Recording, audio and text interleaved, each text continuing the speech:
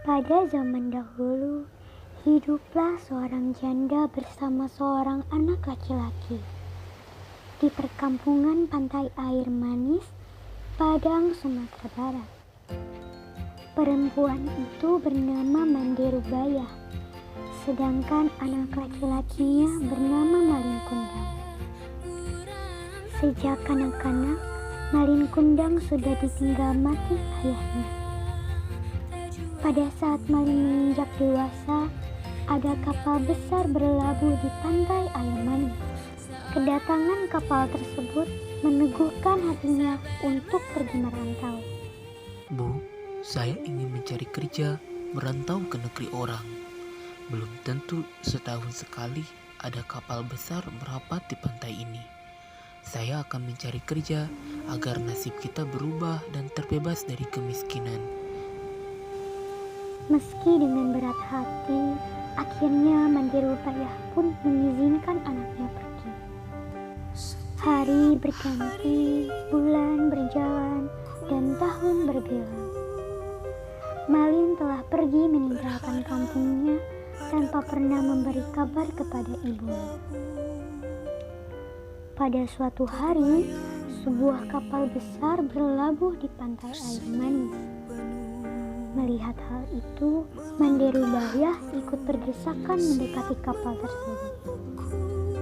Ia sangat yakin bahwa lelaki muda itu adalah Malin Kundang. Tanpa canggung, ia langsung memeluk Malin erat, seolah takut kehilangan anaknya lagi.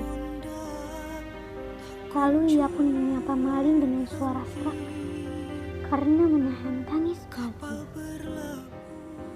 Malin, anakku, mengapa begitu lama kau meninggalkan ibu?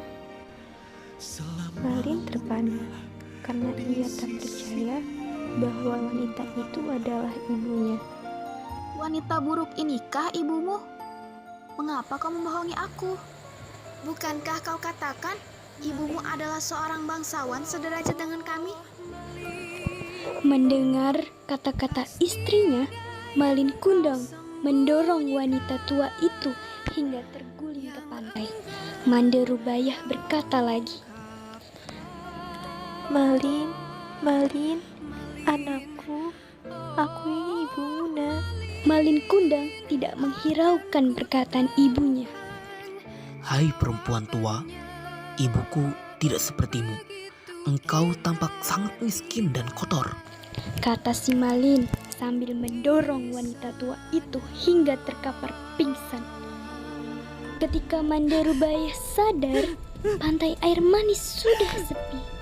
Di laut dilihatnya kapal Malin semakin jauh. Hatinya perih seperti ditusuk-tusuk. Tangannya ditadahkan ke langit. Ia kemudian berseru, Ya Allah, yang Maha Kuasa, kalau dia bukan anakku, aku maafkan perbuatannya tadi. Tapi, kalau memang benar dia anakku, Malin Kundang, aku mohon keadilanmu. Tak lama kemudian, cuaca di tengah laut yang tadinya cerah mendadak berubah menjadi gelap. Entah bagaimana awalnya, tiba-tiba datanglah badai besar menghantam kapal Malin Kundang. Seketika kapal itu hancur, kemudian terempas ombak hingga ke pantai.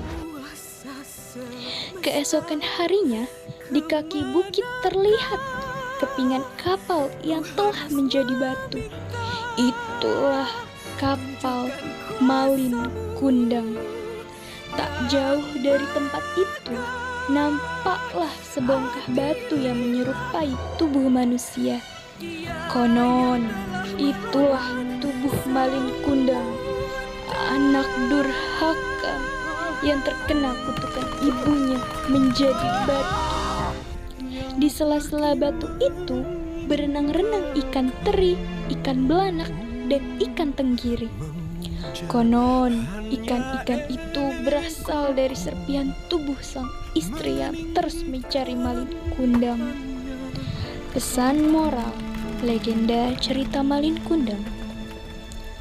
Kisah Malin Kundang merupakan kisah seorang anak yang durhaka kepada ibunya. Ia dilupakan oleh harta benda yang didapatnya, sehingga ia dikutuk menjadi batu.